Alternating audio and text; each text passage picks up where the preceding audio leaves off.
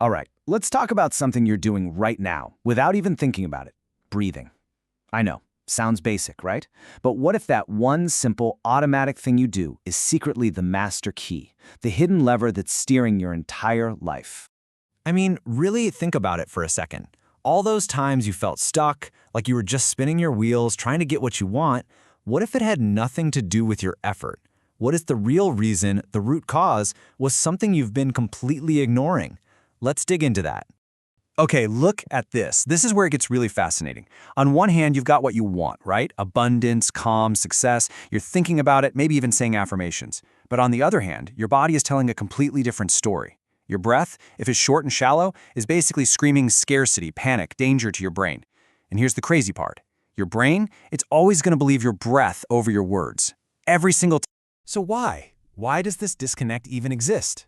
Well, to get that, we have to go way back, way back, to our brain's most ancient primal software. It's a system that's been running for thousands and thousands of years, with one single job. And this is a really big one. We love to think our brains are here to make us happy, but they're not. Their number one job is just to keep you alive. That's it. Picture our ancestors, right? A sudden, shallow breath didn't mean they were stressed about an email. It meant there was a tiger in the bushes. Holding your breath meant immediate threat. And guess what? Your brain today is still running that exact same software. And that kicks us into what you could call survival mode.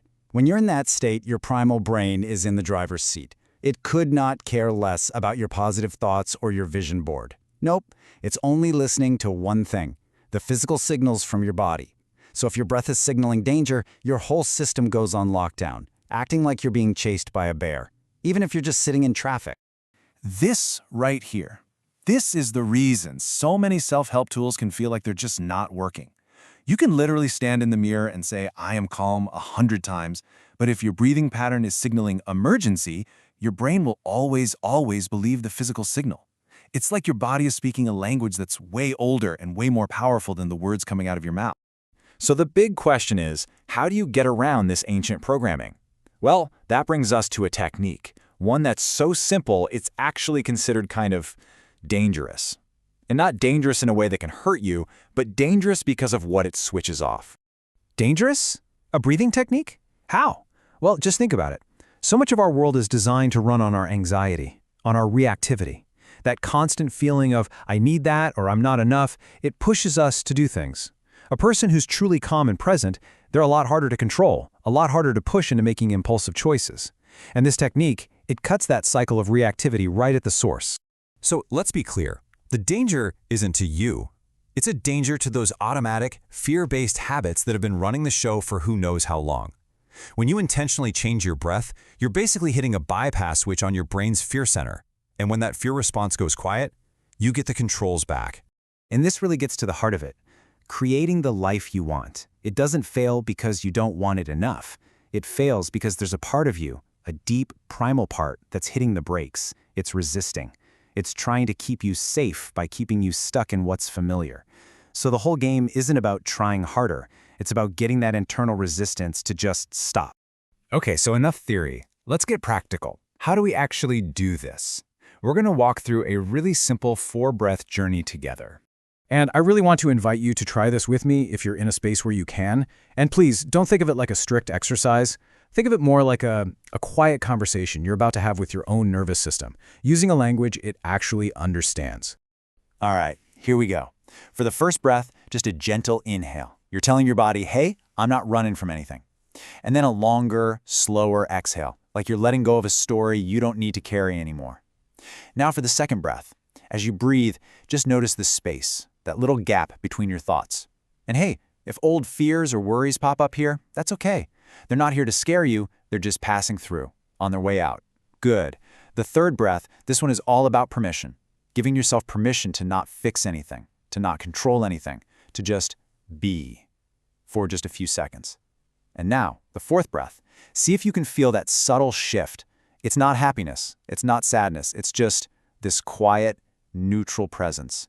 You're just here. And that feeling right there, that neutral point, that is so much more powerful than it seems. It's not an empty space at all. In fact, it's the real launchpad for any genuine lasting change. Think about it like this. You can't grow a garden on a battlefield, and for so long maybe you've been trying to build a new life on a foundation of stress and fear, a nervous system that's on high alert 24/7.